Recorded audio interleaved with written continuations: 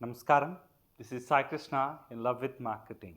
Today we are going to talk about how B2B buyers or B2B buying process have changed so drastically. It's like Ganga turned to Chandramukhi, and B2B buyers have changed so much in these recent days.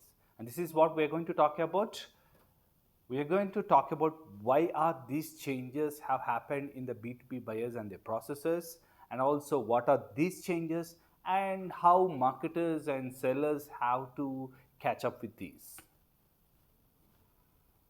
Why these changes? The B2C industry has actually left an expectation as a consumer on their buying experiences, on their purchase experiences, or on the customer experiences. So much of customization, not just in communication, but also in product or solution offering, isn't it? There are a lot of buying convenience that has been provided in B2C industry, and so people have started asking for more, expecting more in B2B industry also. In one of the surveys that has been done by Salesforce, I presume, uh, you know, more than 70% of the people are expecting Amazon like buying experience in B2B.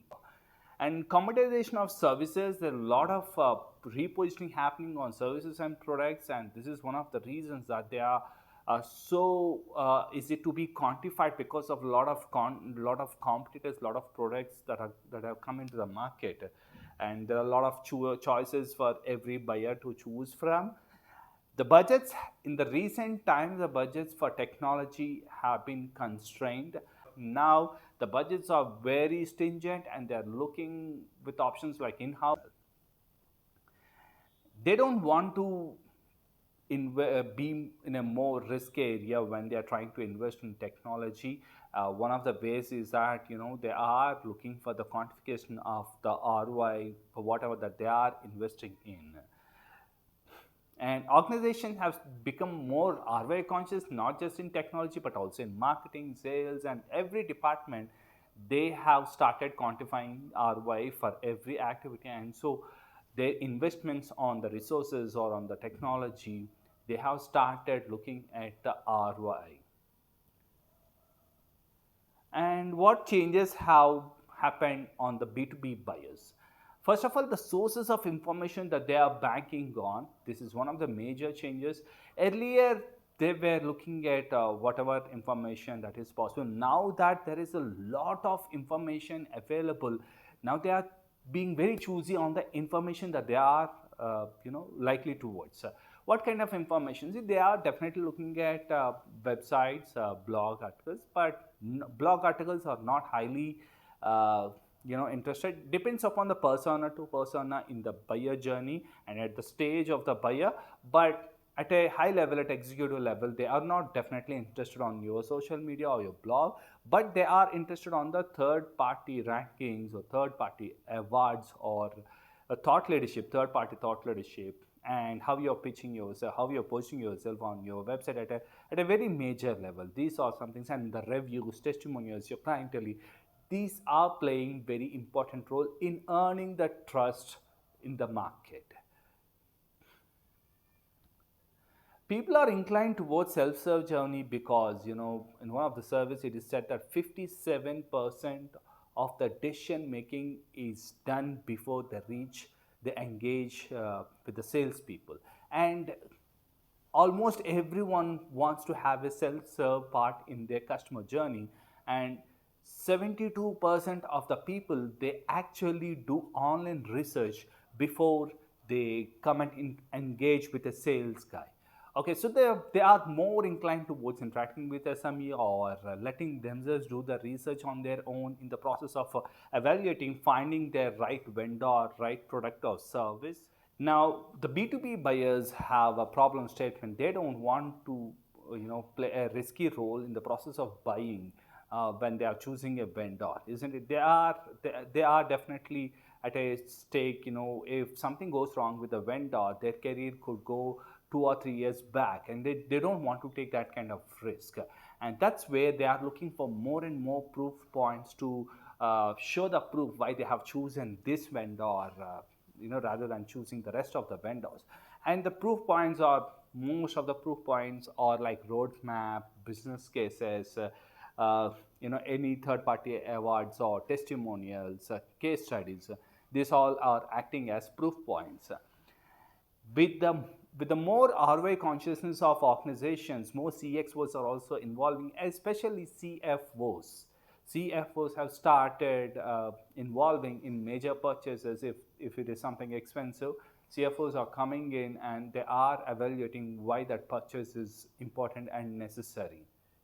Yeah, I was telling you that the buying process, the buyers doesn't want to interact with the salespeople, but they want to either do research on their own or interact with the SMEs. The reason they want to do self journey is because once they take support from any provider or any vendor, they will have an obligation of returning the favor by choosing them, or they'll be in debt because of the favor or the support that they have received from the provider. And so they are looking at third party consultants, third party information, or sales journeys where they don't have to face any kind of obligations.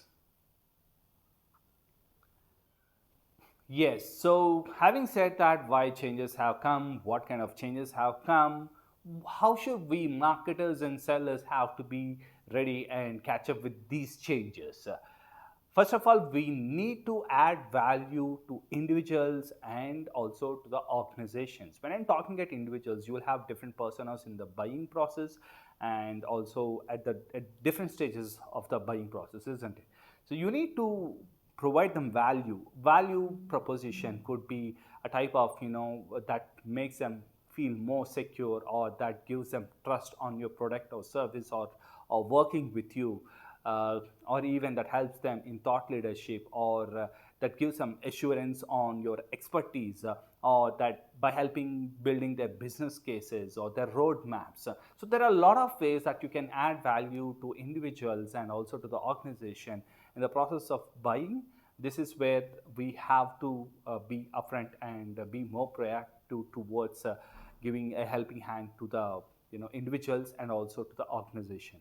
The organization value proposition is definitely looked after by the product or service, but yeah, at this point, it is very important to provide value proposition to the individual stakeholders. Third party thought leadership is something that they can easily bank on.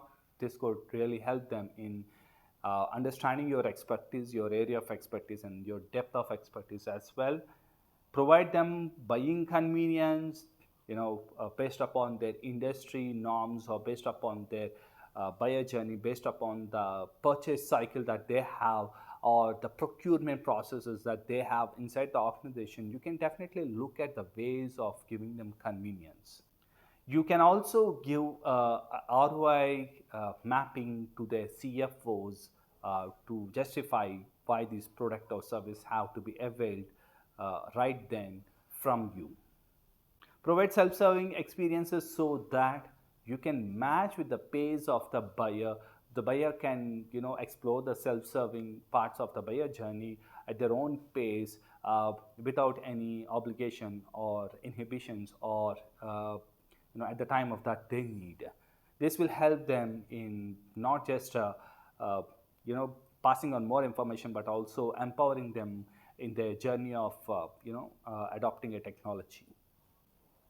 Well, you'll be having different personas in your buying process, and you will have different buyer stages. It's very important that your content that you're sharing has to be relevant to the persona with respect to the buyer stage.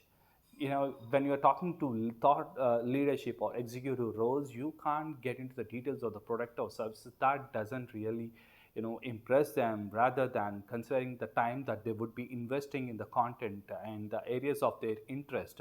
You have to pitch the narration, you have to design your narration around your product or service, or the value proposition that it is bringing to them. And as it goes deeper into the managers or the user end, then you will have to provide more details on the products and services, and probably some workshops also to make them aware of the product or service, how it can help in their execution process. With these changes in the B2B market and the B2B buying process, it's time for us we double click on our GTM strategies, our customer journey maps, our personas, or even our touch points, or the communication media channels that we are looking at, our messaging, value proposition designing. We got to revisit them, double click on them, make sure that it is catching up with the changes of the B2B buyer. Thank you.